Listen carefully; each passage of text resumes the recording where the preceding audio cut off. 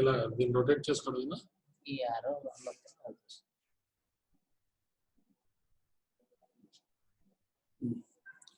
అంతే కదా.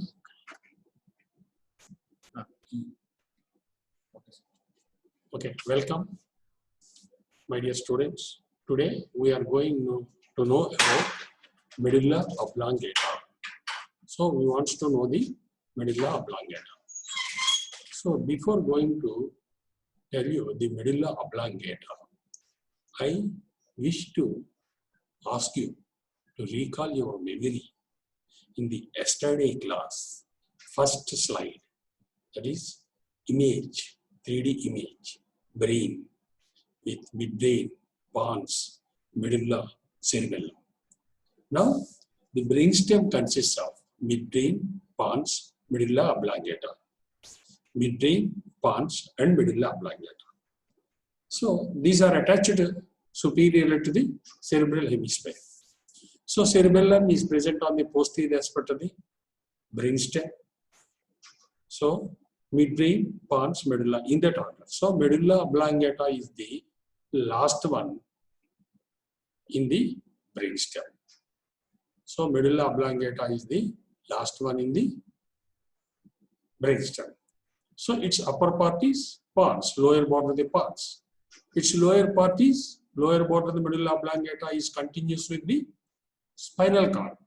So, lower part of the medulla oblongata is continuous with the spinal cord. So, this is the medulla oblongata. Here, the pons is cut, and this is the posterior aspect of the brain stem. This is medulla oblongata. This is the upper open part. This is the lower closed part. This is the dorsal aspect. This is the cerebellum. This is cut. And this one is also cut. The two cerebellar hemispheres are cut. Girish?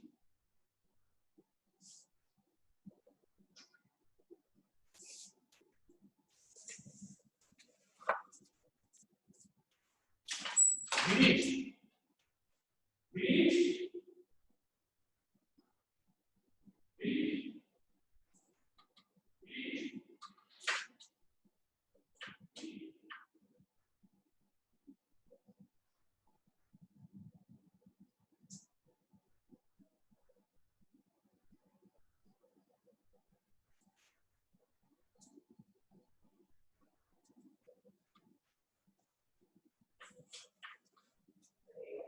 చూడు ఇలాగ అయిపోయింది.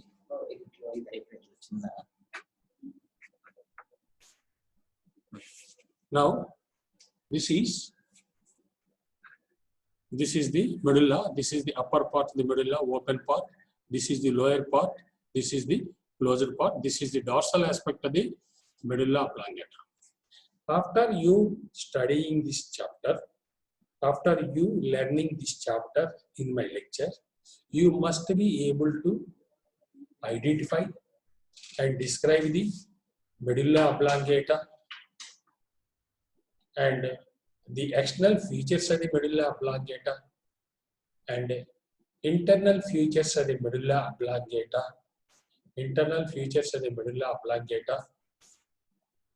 and the internal features of the medulla oblongata at various levels.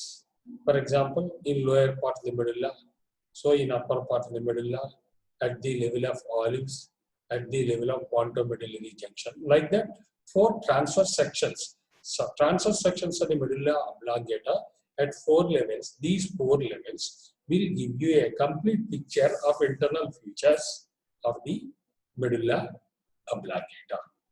So you must know the internal features of the medulla oblongata. You must know the external features of the medulla oblongata. Now you must know the functions of the medulla oblongata, why you are studying the medulla oblongata. At the same time, various lesions occur in the medulla oblongata at various levels. What are the signs and symptoms caused to the patient who comes to your OP? If they are associated with the lesions in the medulla oblongata, you have to identify at what level the lesion has occurred and what are the consequent things happens if a lesion occurs in particular region of the medulla oblongata involving particular structures present in that. So at the end of this lecture, or at the end of your study of this chapter, you must be able to know all these things.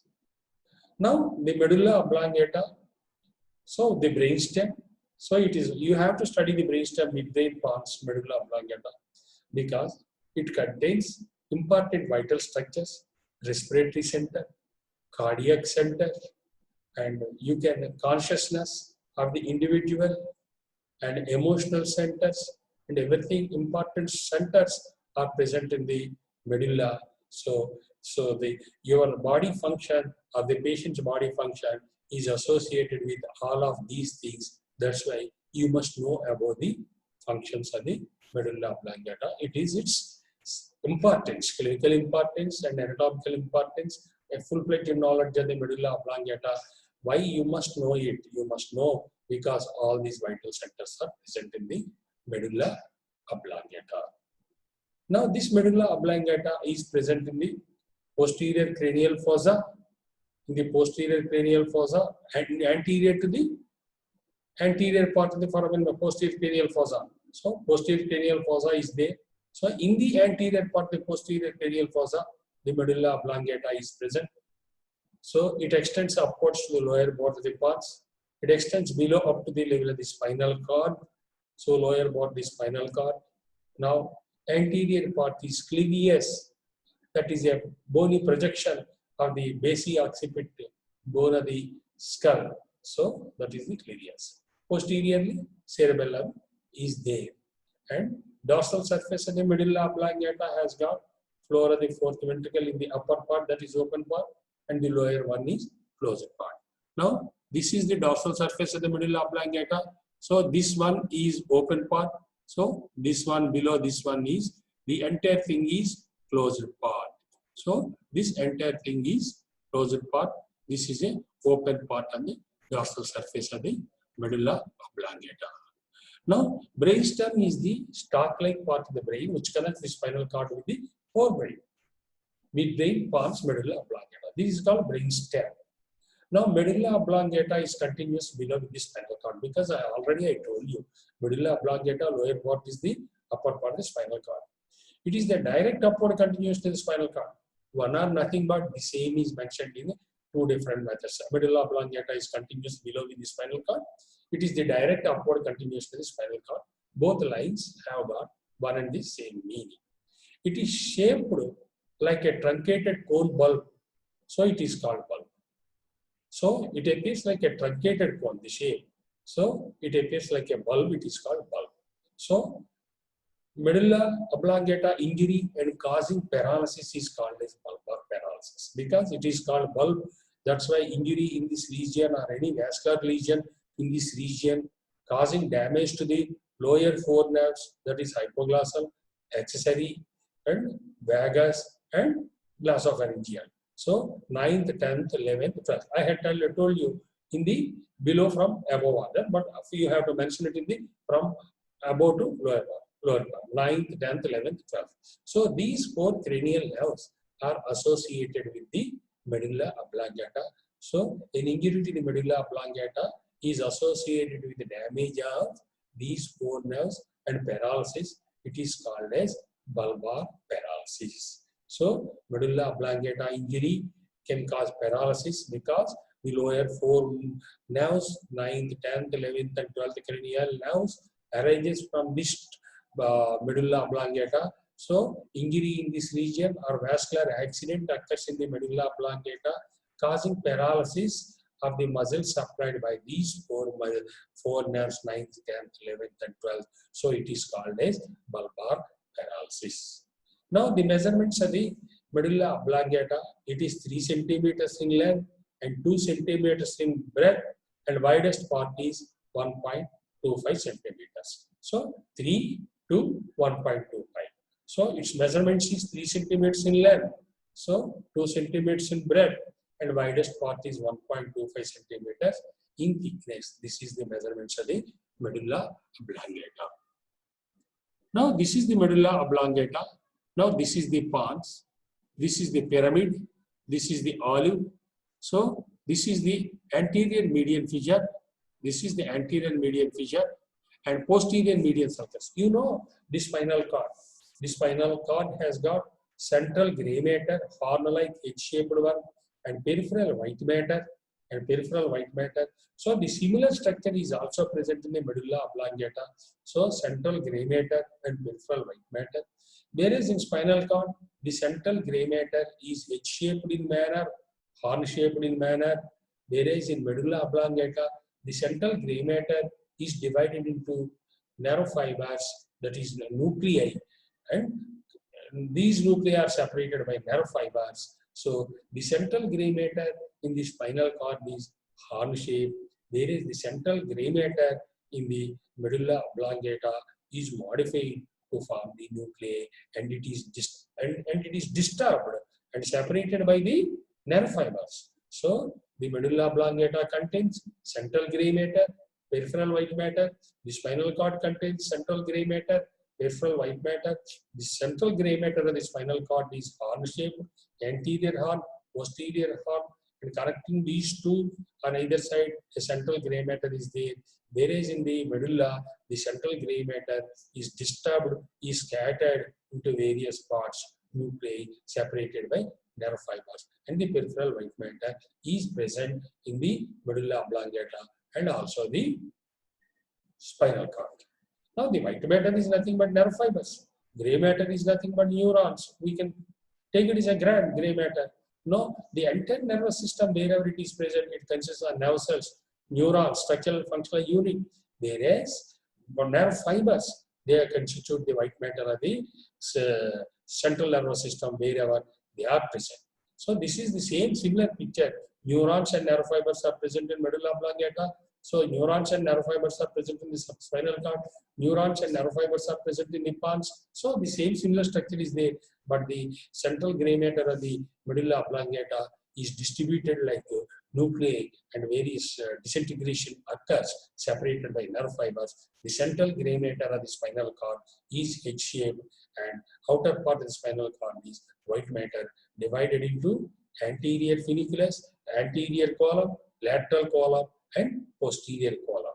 Because the spinal cord is divided in the center by anterior median fissure on the anterior aspect, and posterior aspect is posterior median sulcus. These two are separating the spinal cord into right half and left half. So anterior root comes and posterior root comes. So anterior root goes through the anterolateral sulcus, posterior root goes through the posterolateral sulcus. So between the anterior median fissure and the anterolateral sulcus is the anterior column. So between the anterior horn and posterior horn is lateral column. Between the posterior horn and the posterior median fissure is white column or the spinal cord.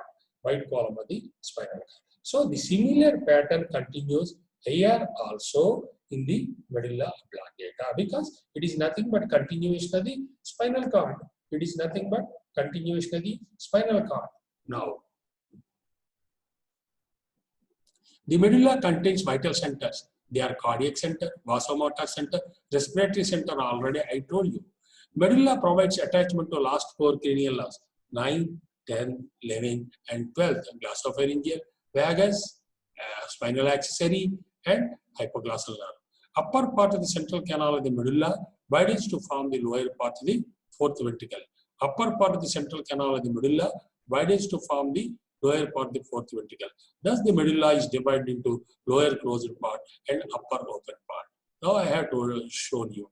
This is the upper open part. This is the upper open part. This is lower closed part of the medulla. So, this entire one from here to here, this is the medulla. From here to here, this is entire thing is medulla.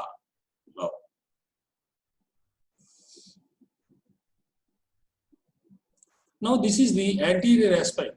This is the posterior aspect. Dorsal. This is the anterior aspect. So, this is the anterior median fissure. This is the pons. So, this is the pyramid.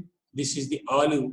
So, this is the decussation. So, fibers coming from one side to the other side. Fibers coming this from this side. This is the decussation.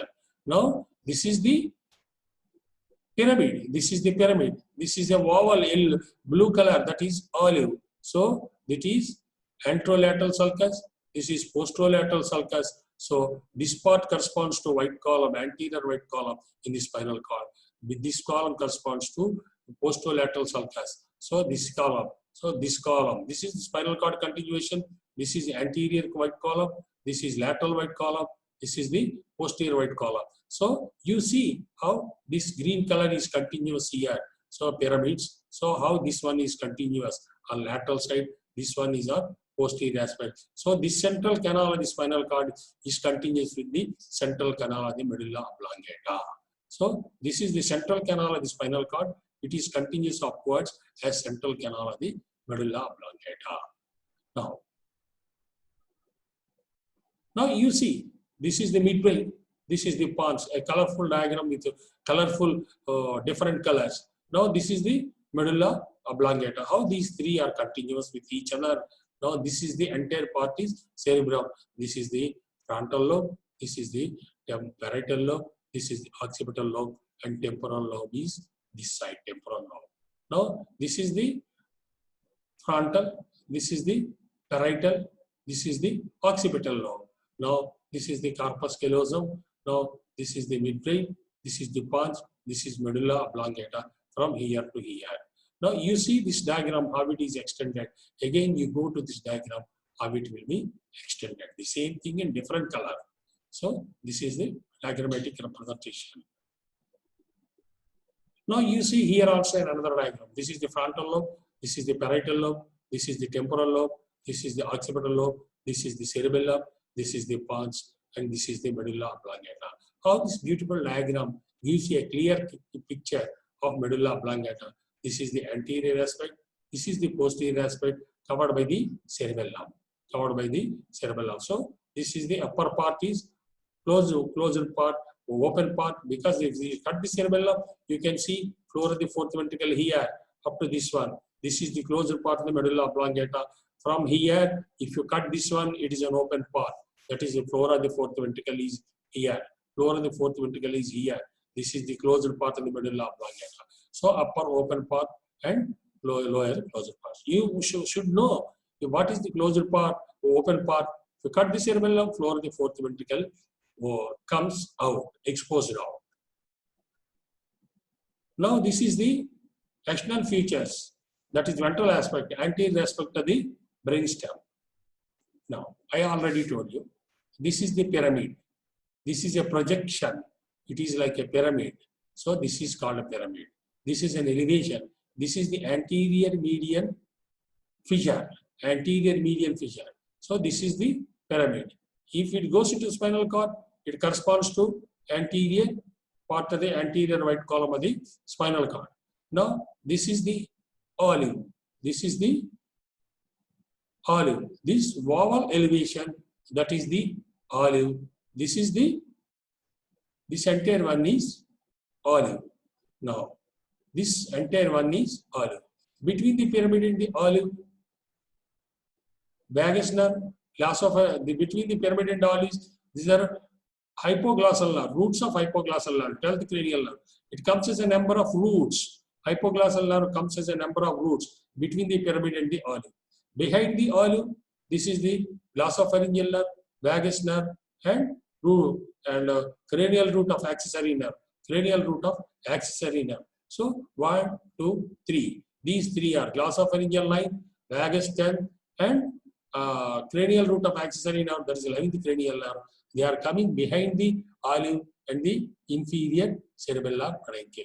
So between the olive, behind the olive, and in front of the inferior cerebellar peduncle, these three nerves are coming as a bunches of rootlets. So the hypoglossal nerve coming as more number of bunches of rootlets. So the representation of hypoglossal nucleus in the brainstem is more when compared with these individual nucleuses.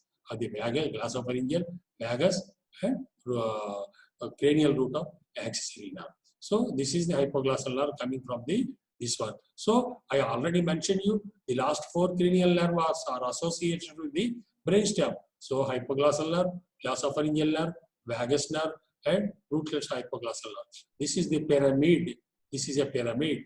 This is a pyramid. So it is nothing but, now it is nothing but fibers of pyramidal fibers. These are motor fibers.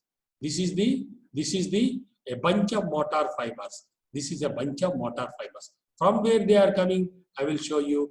This is the frontal lobe.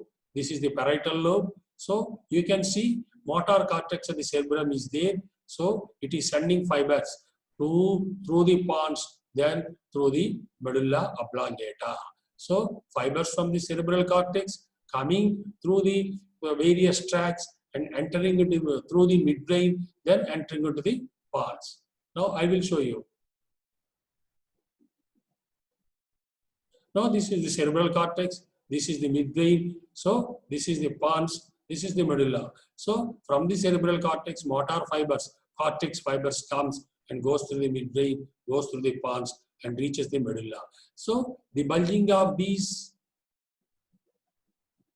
so this bulging is nothing but fibers coming from the cortex exist in the pyramid.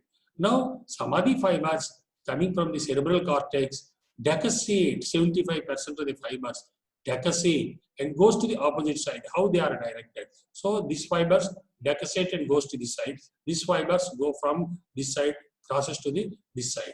They are called decussation. So this is fibers coming from the cerebral cortex going through the midbrain, pons and medulla. These are called cortical fiber. They are motor fibers. They are pyramidal tracts. So 75% of the pyramidal tracts crosses to the opposite side. They are crossed decussation. This is called motor decussation. Now remaining 25% out of these 25%, 20% does not decussate and go in the same side as anterior corticospinal tract. So all the motor fibers coming from the cerebral cortex goes to the anterior horn cells present in the spinal cord. So 75% of the fibers decussate and goes to the opposite side and run as lateral corticospinal tract, whereas 20% of the fibers does not decussate and run in the same direction as anterior corticospinal tract. And remaining 5% does not cross and run in the same direction of lateral corticospinal tract. Now, you should not confuse. There are 100% of cortical fibers, motor fibers, pyramidal fibers. 75% crosses to the opposite side and goes as lateral corticospinal tract. 20% does not cross and goes as anterior corticospinal tract in the anterior right column. So lateral corticospinal tract goes in the lateral right column of the spinal cord.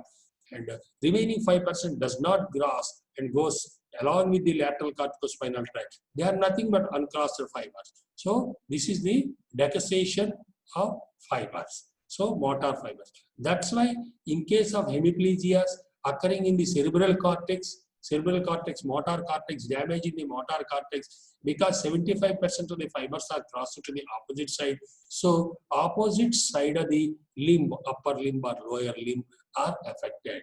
That is contralateral side. If fibers on the same side are affected, which does not cross, they cause ipsilateral hemiplegia. So this decussation is called as motor decussation. This decussation is called as motor decussation. This is the motor decussation occurs in the medulla. So medulla. So you have to study section at the motor level decussation, and you have to study section of the medulla at the sensory decussation. So you have to study at the level of section at the level of olives. Then you have to study medulla just below the level of pontine junction, that is pontomedullary junction. Now motor decussation level, one level, sensory decussation, that is on posterior side, I will show you. Then section of the medulla at the olive level and section of the medulla at the pontomedullary junction. So you have to study the medulla at 4 levels by transversely sectioning and examine under microscope. So internal features of the medulla can be studied by you at observing all these 4 levels. First, motor decussation. Next, sensory decussation level. Third, olive decussation level. Fourth is pontomedullary junction level. So these 4 levels of sections are present in your standard test books. What are the changes? What are the differences? So you, by seeing this one also, if you do the section of the medulla at this level, you can find motor indexation, motor fibers touching the anterior heart cells of the spinal cord. Now we are going to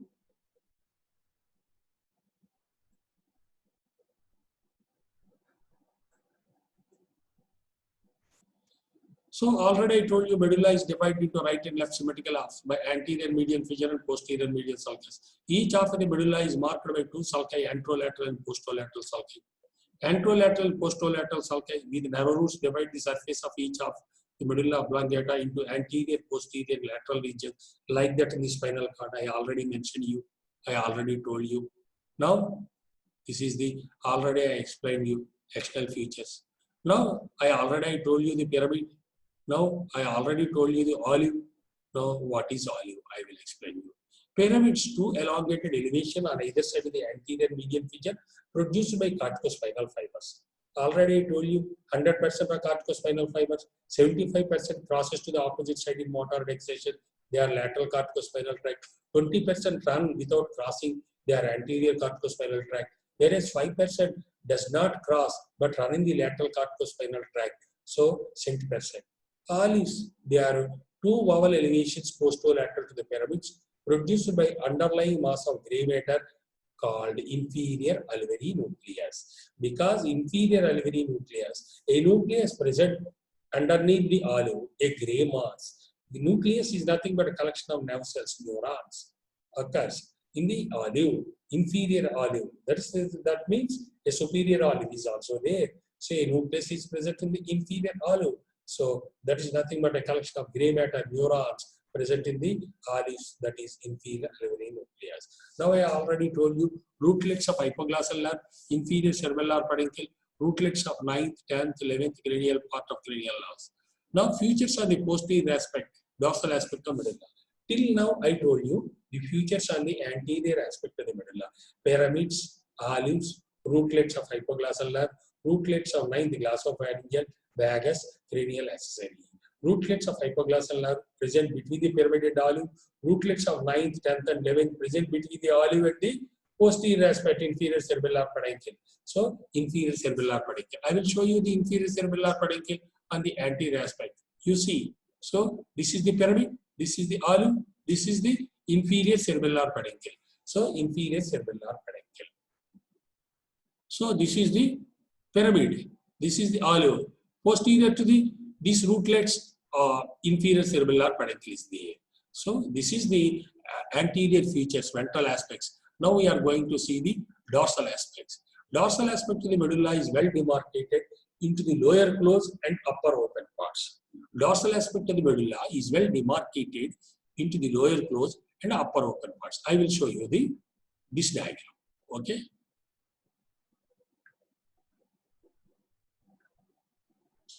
So this is the dorsal aspect. Now this is an elevation. This is an elevation.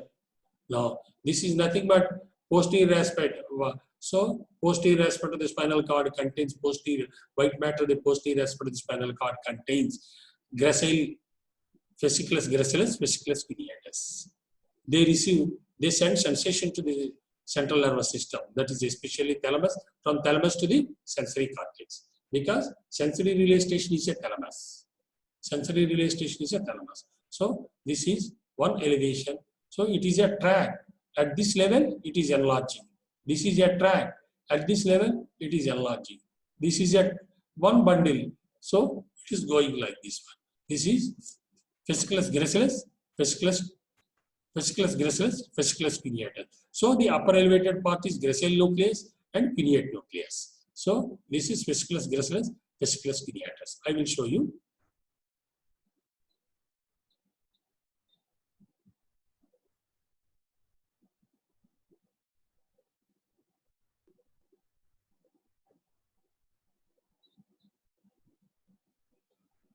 Now the posterior aspect of the medulla is divided into upper open part and a lower closed part. On either side, the posterior median sulcus presents three longitudinal elevations. From medial to lateral, these are fasciculus gracilis, fasciculus pineatus, inferior cerebellar peduncle. fasciculus gracilis, fasciculus cuneatus, and inferior cerebellar peduncle. The upper ends of the fasciculus gracilis and fasciculus cuneatus expand to form the gracile and pineate nucleus, pineate tubercles due to underlying nuclei of the same side. Another elevation present lateral to the pineate tubercle is tuberculum cinereum, produced by the spinal nucleus of trigeminal. Here I want to recollect your knowledge when I am teaching you the spinal cord. Already the posterior aspect of the spinal cord, dorsal root is concerned with sensory, anterior root is concerned with, anterior horn is concerned with motor, posterior root is sensory, anterior horn is motor. Because more number of fibers, motor fibers, sensory fibers are coming in the posterior white column, posterior aspect. Now you have to take it as a graph. Now three elevations: fasciculus gracilis, fasciculus cuneatus, inviso, and tuberculum cinereum produced by the spinal nucleus of trigeminal nerve. Features of open part. Open part of the medulla forms the lower part of the floor of the fourth ventricle. Open part of the medulla forms the lower part of the floor of the fourth ventricle.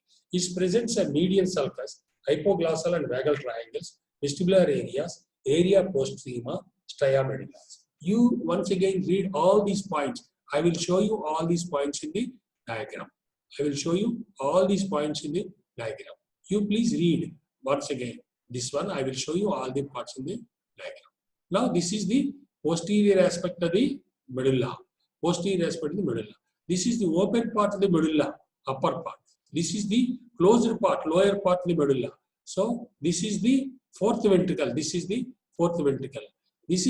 central part. That is the posterior median fissure, posterior median sulcus. Anterior is called fissure. This is the posterior median sulcus present on the spinal cord is coming like this to the upwards. So it extends, diverges and extends both laterally because it is an open part. So a faint dotted line is representing it. A faint dotted line, that is median, posterior median sulcus. A faint dotted line represents a median sulcus. So this is up to this one, it is clear mark, a faint dotted line. So this is division of the spinal cord posteriorly to right off and left off. The same picture continues here. Now this is the facial colliculus on the posterior aspect. This is the facial colliculus. Now the facial nucleus is there. Motor nucleus of the facial nerve goes towards the sensory nucleus of the abducent nerve. That produces elevation, that is neurobiotaxis. So this is the facial colliculus. Now this is the vestibular area because vestibular nucleus is present. Vestibular area, 4 areas. So medial, lateral, inferior medial and inferior lateral vestibular nucleus. Now this is the sulcus limitans. So this is the tuber cinereum. So this is the tuber cinereum caused by spinal tract of trigeminal nerve. Spinal nucleus of the trigeminal nerve and spinal nucleus of the trigeminal nerve. So this is the tuber cinereum. Already I told you this one elevation, this one elevation and this one elevation. So this is the tuber cinereum. This one is the tuber cinereum. This one is the tuber cinereum. This is the one elevation. This elevation. This is one elevation. This is one elevation. So gracile nucleus, cuneate nucleus, elevation. So gracile tract of gracile, tract of cuneate, gracile, fasciculus gracilis, fasciculus cuneatus. So bulged part is upper end, that is cuneate tubercle and gracile tubercle containing cuneate nucleus and other. This is tuber cinereum, third elevation containing so spinal tract of trigeminal nerve and spinal nucleus of trigeminal nerve. Now this is the vagal triangle. This is the vagal triangle. So this is the vagal triangle. So it's associated with vagal nerve and vagal nucleus. Now this is the hypoglossal triangle. He has given this is the hypoglossal triangle. This is the hypoglossal triangle. These are the specific features present on the posterior aspect of the medulla, that is dorsal part. So dorsal part of the posterior aspect of the medulla, upper part, or lower part of the floor of the fourth ventricle. So this entire one, this boundary is fourth ventricle. If you divide by middle cerebellar peduncle, if you draw a line, it is divided into upper triangle and a lower triangle. So this is the upper part of the back of the medulla. Upper part of the back of the medulla, that is an open part. This is the lower part of the back of the medulla. This is a closed part. I think that I have given you a clear-cut idea. This is the inferior cerebellar peduncle. This is inferior cerebellar peduncle that is connecting the medulla with the cerebellum. Here I have to tell you, the cerebellum is connected to the brainstem by means of three peduncles. Superior cerebellar peduncle, midbrain and cerebellum. Middle cerebellar peduncle directly with the pons. Inferior cerebellar peduncle with the medulla oblongata. So brainstem, midbrain, pons, medulla oblongata. So cerebellum is present on the posterior aspect of the brainstem. It is present in posterior cranial fossa, totally in posterior cranial fossa. So it is connected to the midbrain by means of superior cerebellar peduncle. It is connected to the pons, second part of the brainstem, by means of middle cerebellar peduncle. It is connected to the medulla oblongata, inferior part of the brainstem, by means of inferior cerebellar peduncle. So superior cerebellar peduncle, middle cerebellar peduncle, inferior cerebellar peduncle. This represents the connection of cerebellum with the brainstem. I had given you an idea. Now these are the posterior aspect of the internal structures. Already I told you, in the medulla, the white matter surrounds the central mass of gray matter. In the spinal cord, central gray matter is H-shaped like heart. In the medulla, the white matter surrounds the central mass of gray matter. Same picture as in spinal cord. But the gray matter is broken up into nuclei that are separated by nerve fibers in the medulla, but not in the spinal cord. The internal structure of the medulla is well appreciated by examining transverse section at various levels, 4 levels. I shown you the brainstem, at what level sections will be taken to understand the internal features of the medulla. These are the 4 levels I discussed with you. You once again go through it. Transverse section of medulla. At the level of pyramidal excision, great motor excision, I already told you, 75% cross, that is lateral corticospinal tract, 20% in the same anterior corticospinal. Nucleus gracilis and pineatus appear as the narrow strip-like projections from the posterior aspect of the central gray matter.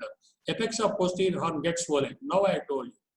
So this is the section of medulla at the dexation, motor dexation, pyramidal dexation. So where is pyramidal dexation? I will show you this diagram. So this is the pyramidal dexation. Now I am taking section of the medulla at this level, pyramidal dexation. It appears like this. It appears like this. So that pyramidal dexation appears like this. Now this is lateral corticospinal tract. This is the pyramidal dexation.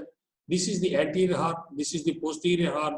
Now this pyramidal dexation crossing with each other separates the anterior horn from the central mass of gray matter. Now this is the posterior horn. This is the nucleus gracilis. This is nucleus cuneatus. Now this is the posterior horn. So this is entirely separated. Anterior horn is entirely separated from the central mass and other ones. So the posterior horn of the central gray matter, the medulla. So this terminal part is spinal tract and spinal nucleus of trigeminal nerve. So this is a spinal tract, white in color. This is spinal nucleus containing nerve cells. Now this is nothing but extension or a bulged part of posterior horn, spinal tract or trigeminal nerve is nothing but substantia gelatinosa. So here a spinal tract or trigeminal nerve is present. So in spinal cord it is nothing but substantia gelatinosa. Yeah, so in laminar pattern of Rex it will be represented in the spinal cord as second laminar pattern. So section of the spinal cord, laminar pattern and nuclear pattern. Both types I have explained you in your spinal cord. So you have to recollect the same memory while reading the book. You must go in front, backwards. And you must revise the already completed chapters while you are learning, while you are reading. That must be an essential for a student to understand the anatomy or a science subject. Now, this is the reticular formation present on and in the lateral white column. So, this is reticular formation.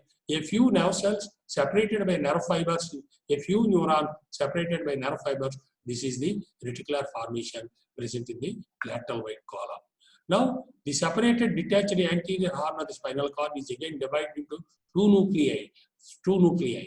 Now, this is the lateral corticospinal tract. Now, this is the anterior spinocerebellar tract, dorsal and ventral.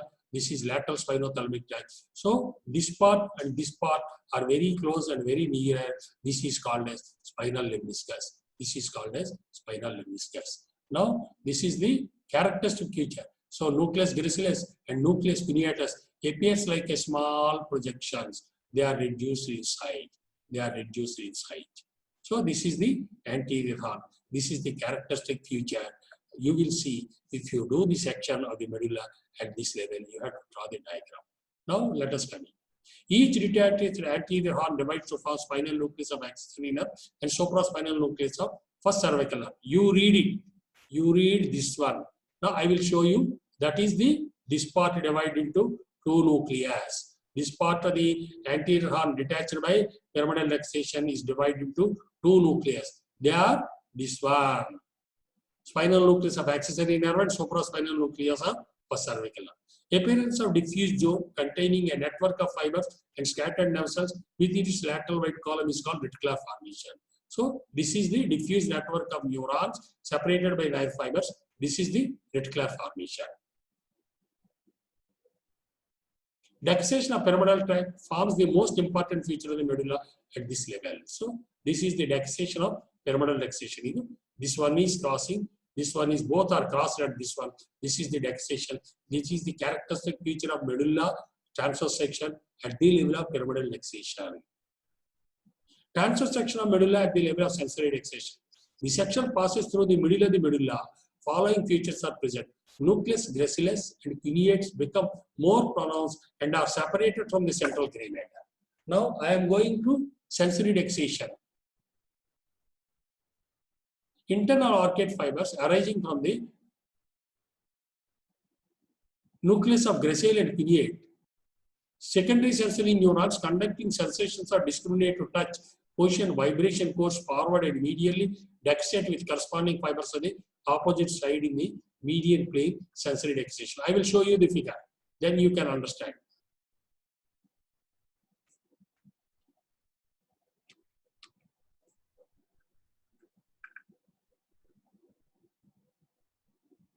So, this is the nucleus gracilis, this is the nucleus pineatus. Now, fibers are coming, this is the central gray matter. So, this one and this one is entirely separated from the central gray matter. So, these fibers are coming from these one. So, they are reaching the medial lemniscus. So, here the fibers are reaching the medial lemniscus. They are separating with this one. So, this central gray matter of the spinal cord is entirely separated from the nucleus gracilis and nucleus pineatus. The fibers coming from the nucleus gracilis and nucleus pineatus are crossing with each other and they are coming in this direction. And gets inserted into the medial lemniscus. This is nothing but a sensory decussation. This medial lemniscus goes upwards through the medulla oblongata, pons, midbrain, etc. and goes into the thalamus. That is the ultimate sensory decussation. This is the characteristic feature. Now, this is the spinal nucleus and spinal tract or trigeminal nerve. This is on the posterolateral side of the nucleus pineatus. On posterolateral side of the nucleus cruneatus. So, this one is totally detached from the central gray matter because of these fibers. These are intervening separately. So, spinal nucleus and tract or trigeminal nerve are separated with each other. Here you see this diagram. Spinal tract or trigeminal nerve and spinal nucleus. This is how these are. This continues with central gray matter. This is the diagram. Spinal tract of trigeminal nerve and spinal nucleus. These are continuous with central gray matter. Here, the same word is modified. Here, you see how they are separated. how they are. This is the spinal nucleus and tractor trigeminal nerve. This is the central gray matter, how it forms, how it is changed, and it is separated. Now, in the central gray matter, from near to the median plane, hypoglossal nucleus is there, and dorsal nucleus of vagus is there, and nucleus of tractus solitarius is there.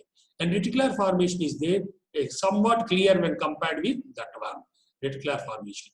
In addition to that, an inferior alveolar nucleus appears at the level of sensory dextration. So, an inferior alveolar nucleus, a crumbled bag-like one appears. And also a pyramid, a prominent pyramid appears on either side. So, this is the level of section of spinal cord, medulla, at the level of sensory dextration. So, the nucleus gracilis and nucleus pineatus appears like a separate one, and so internal arcade fibers are dextrating with each other and ending in the medial lemniscus. So, the reticular formation is more prominent, lateral spinothalamic tract and spinocerebellar tract. So, this lateral spinothalamic tract is not close to the spinocerebellar tract in this diagram.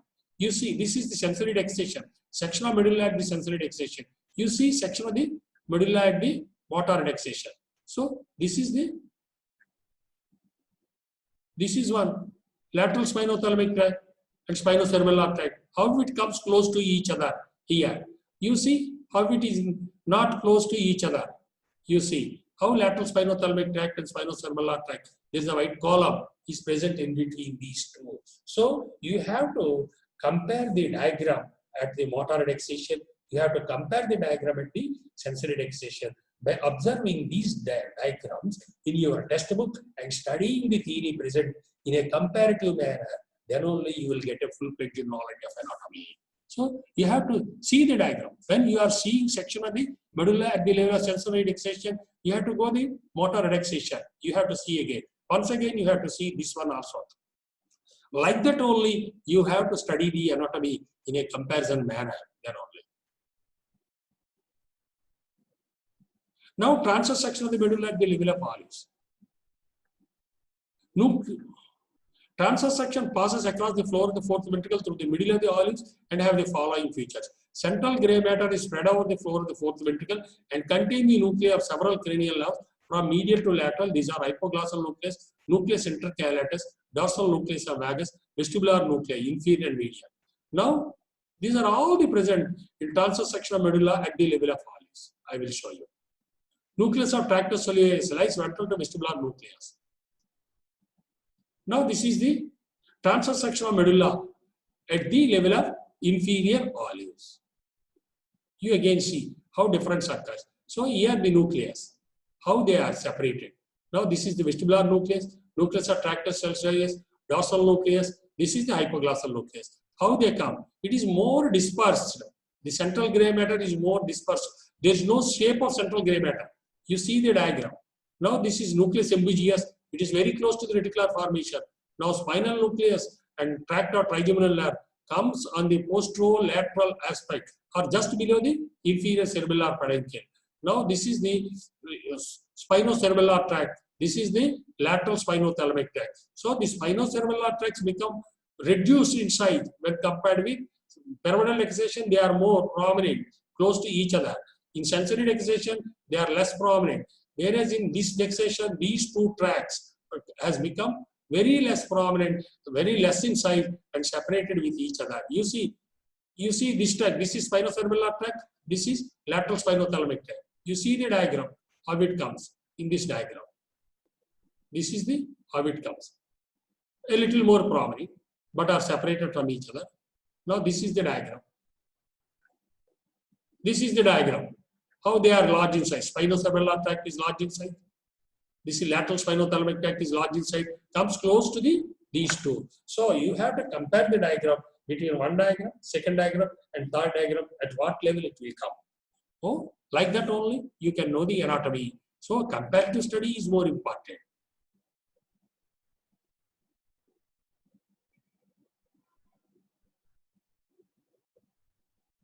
Medial longitudinal bundle lies posterior to the medial lemniscus. It is a small compact net of nerve fibers which interconnect the third, fourth, sixth, eighth, and spinal nucleus of the 11th cranial nerve. Spinocerebellar and lateral spinothalamic tract lie in the anterolateral area of the lateral white column. Lateral and anterior spinothalamic tracts are very close to each other and collectively form the spinal lemniscus. So all these facts are present in your diagram. All these facts are present in the diagram. I have mentioned all them in a simple manner. If you go through the PowerPoint, by seeing the diagram, you have to go through the PowerPoint. So I also advise my Sushma to communicate all the PowerPoints of myself to you. So if you read the point line by line and you see the diagram, so medial longitudinal bundle, you read it. Where it is present, I will show you in the diagram. Medial longitudinal bundle. So where is medial longitudinal bundle? You see? 3. Medial lemniscus, tectospinal tract, medial longitudinal fasciculus. It is connected with 3rd, 6th, 8th, and 11th cranial nerves. So how he has given? 1, 2, 3. Bundle means a collection. Fasciculus means a loose one and a spread one is called fasciculus. Now how the central gray matter is dispersed here into so many number of things. So this is inferior alveolar nucleus. This is dorsal alveolar nucleus. This is medial alveolar nucleus. So this is inferior alveolar nucleus. So this is the inferior alveolar nucleus. Now this is the arcade nucleus. This is the pyramid. This is the arcade nucleus. Transverse section of the medulla at the level of Halley's. This arcade nucleus is nothing but pontine nuclei displaced downwards because medulla is below the pons. In the pons, pontine nucleus is there, but this pontine nucleus displaces downwards to the medulla at the level of Halley's and forms an arcade nucleus over the pyramid. This is the characteristic feature. So you see, this is the 3rd one, medial lemniscus. At the level of Halley's, it is more prominent. So how big size? This is the medial lemniscus. You see, this is 3rd one, medial lemniscus. How big size it is? You see in this one.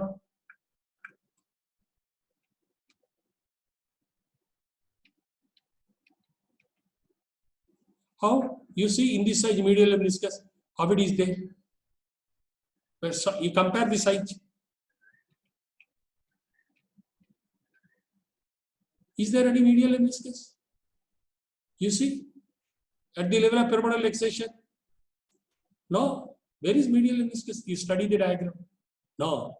So certain things will be present at what level, certain things will be added in certain level, and certain things will be disappear at some level. You have to identify the features. Comparison of one diagram, second diagram, and 3rd diagram. So diagrammatic comparison and theoretical comparison. You should both correlate with each other while studying your anatomy or physiology or anything. It's especially in anatomy, it is more useful for you. Now,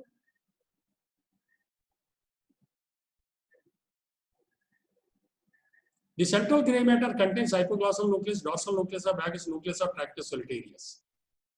Spinocerebellar and lateral spinothalamic tract lie in the anterolateral area of the lateral white column.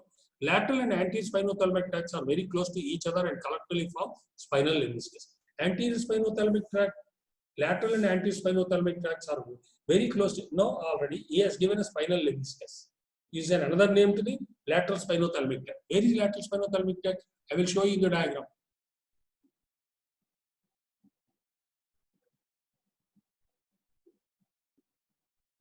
This is lateral spinothalamic tract. So, is spinocerebellar tract. Anterior spinocerebellar tract is also called as anterior spinothalamic tract. So, this one and this one. In this section, he called it as spinal lemniscus. Here, they both are close to each other and reduced in size. They called it as a spinal lemniscus. Now, blood supply. There are 2 vertebral arteries, anterior and posterior spinal arteries.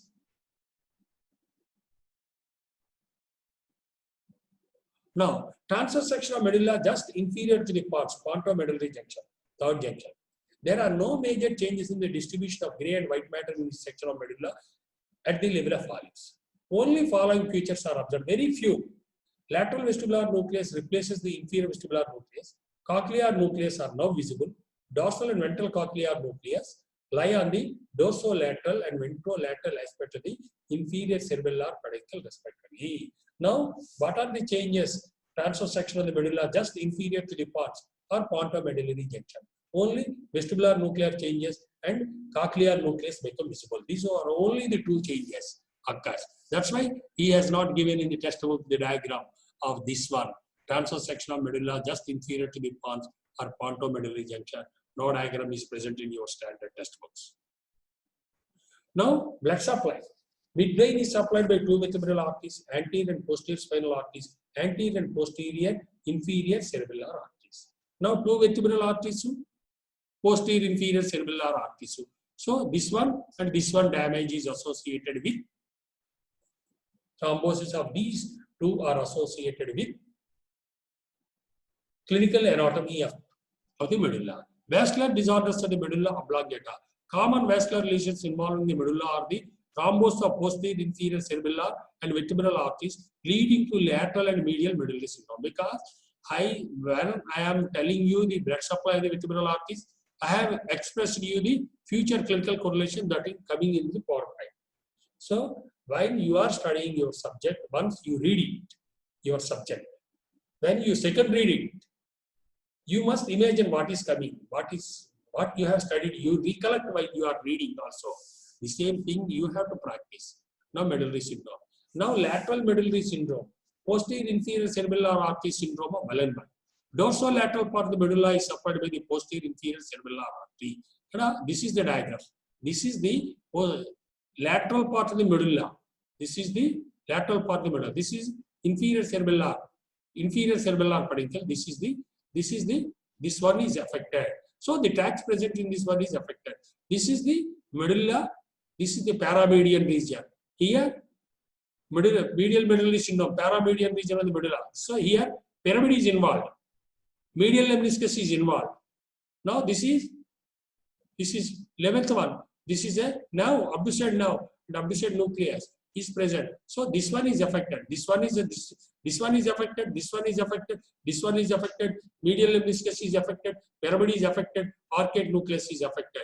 So this is medial syndrome, medial medullary syndrome. Area involved in the medial medullary syndrome. Area involved in the lateral medullary syndrome. Area involved in posterior inferior cerebellar artery syndrome. Area involved in the medial medullary syndrome is only by vertebral arteries. So this is caused by thrombosis of the vertebral arteries. This is caused by involved in posterior inferior cerebellar artery and also the vertebral artery. Posterior inferior cerebellar arteries is nothing but branches from the vertebral artery. The two vertebral arteries unite to form the basilar artery. The paramedian region of the medulla is supplied by the branch of the vertebral artery.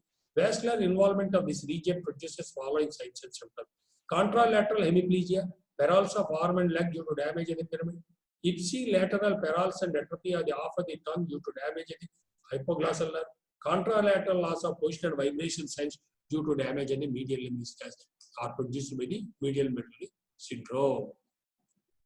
Okay, thank you very much for your patient learning. Okay, wish you best of luck.